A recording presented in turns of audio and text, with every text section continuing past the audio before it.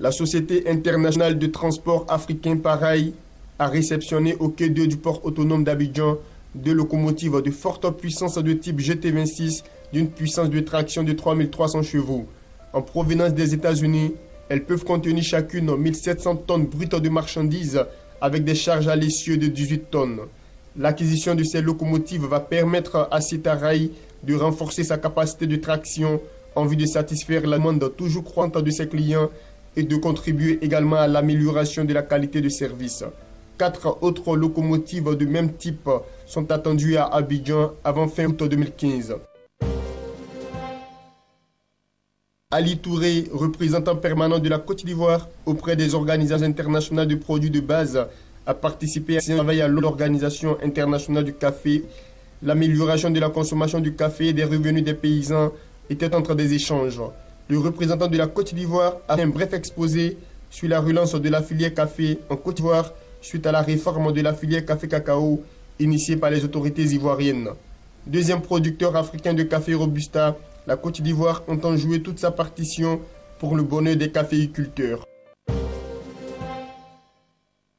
La 7e édition des Journées africaines de géotechnique s'est ouverte à Yamoussoukro, dans la capitale politique ivoirienne, avec en point l'essor scientifique et technologique des laboratoires de géotechnique et des matériaux de construction en Afrique intertropicale.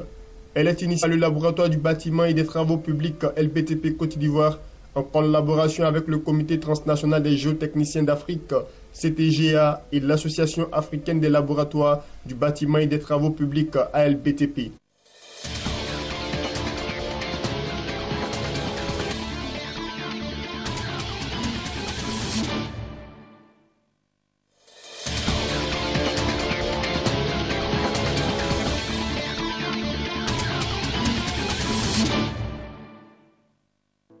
La dette totale du Nigeria a atteint 63,5 milliards de dollars à fin mars 2015 contre 56,85 milliards de dollars au 31 décembre 2014, ce qui représente en hausse de 11,7% sur 3 mois, a annoncé le Bureau de la gestion de la dette le 1er juillet. La dette extérieure de la première puissance économique africaine se situe à 9,46 milliards de dollars au 31 mars, soit 15% de la dette totale. Ce montant est en légère baisse comparativement à fin 2014. Le Nigeria est frappé de plein fouet par la forte chute des prix du pétrole sur le produit africain revenu et environ 80% en devises des exportations de brut, a été contraint à revoir son budget à la baisse.